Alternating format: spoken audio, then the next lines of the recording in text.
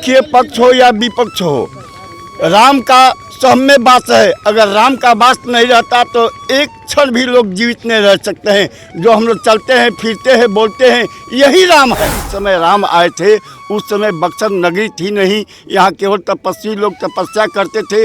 एक घनघोर जंगल था, उसी घनघोर जंगल में तारिका रहती है। अयोध्या ही नहीं है, बक्सर भी राम की नगरी है। बक्सर की कण में राम का वास है। हम उस राम को हम लोग बार बार नमन प्रार्थना करेंगे। देखिए, पहले का नाम इसका कारो क्षेत्र है।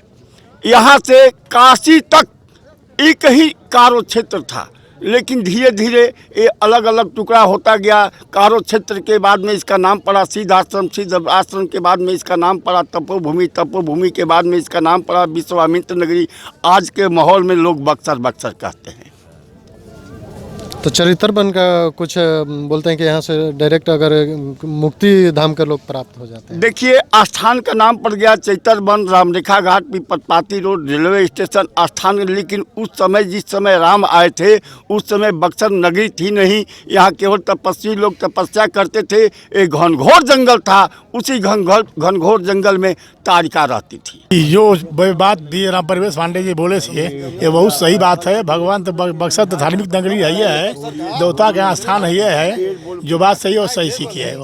अच्छा, यहाँ पर 22 जनवरी के लेकर मैंने कैसा प्रोग्राम है? बहुत सुंदर प्रोग्राम तो बहुत सुंदर हो रहा है। 22 जनवरी जो है अयोध्या मंदिर का बनने में, उद्घाटन होने में बहुत सुंदर व्यवस्था है। इसीलिए हम लोग बहुत खुश हैं। आपसे बोले सर कि ये राम की नगरी है, अयोध्या ही नहीं है, बक्सर भी राम की नगरी है। बक्सर की कण में राम का वास है। हम उस राम को हम लोग बार बार नमन प्रार्थना करेंगे कि हे राम, हे श्री राम, हम लोग को सद्बुद्धि दीजिए और माँ गंगा से का दरबार से हम लोग को भक्ति की प्राप्ति मिले। अच्छा, जो विपक्ष लोग राम पे ही मैंने अपना राजनीति कर रहे हैं कि नहीं जाना चाहिए ये लोग राजनीति, उनके लिए आपका क्या संदेश है? देखिए, पक्ष हो या विपक्ष हो, राम का सब में वास है। अगर राम का वास नहीं रहता तो एक क्षण भी लोग जीवित नहीं रह सकते हैं। जो हम लोग चलते हैं, फिरते हैं, बोलते हैं, यही राम है। अगर राम हमारे हृदय से निकल जाएंगे तो हम लोग मृत घोषित हो जाएंगे। तो उस दल से उनसे पूछिए कि बिना राम के आप चल सकते हैं, फिर सकते हैं, जी सकते हैं, तो वो भी बोलेंगे कि नहीं। तो उन लोगों को राजनीति करना काम है, राम सबके लिए है।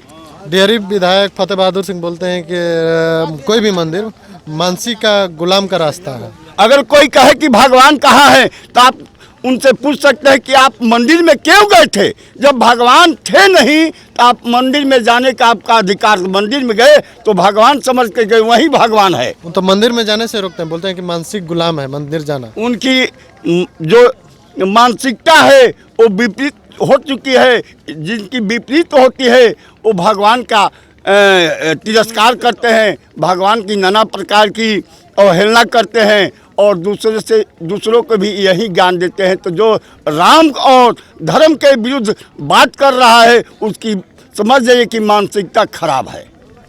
जैसा कि यहाँ के लोगों को आपने सुना कि कैसे लोग खुशी माहौल से हैं, और जो विपक्ष राम पे अंगुली उठाते हैं या कहे तो हमलावर होते हैं या राम पे राजनीति करते हैं, उनके लिए भी यहाँ से कड़ी संदेश जा रहे हैं। ऐसी न्यूज़ के बने रहिए हमारे टीम के साथ। धन्यवाद।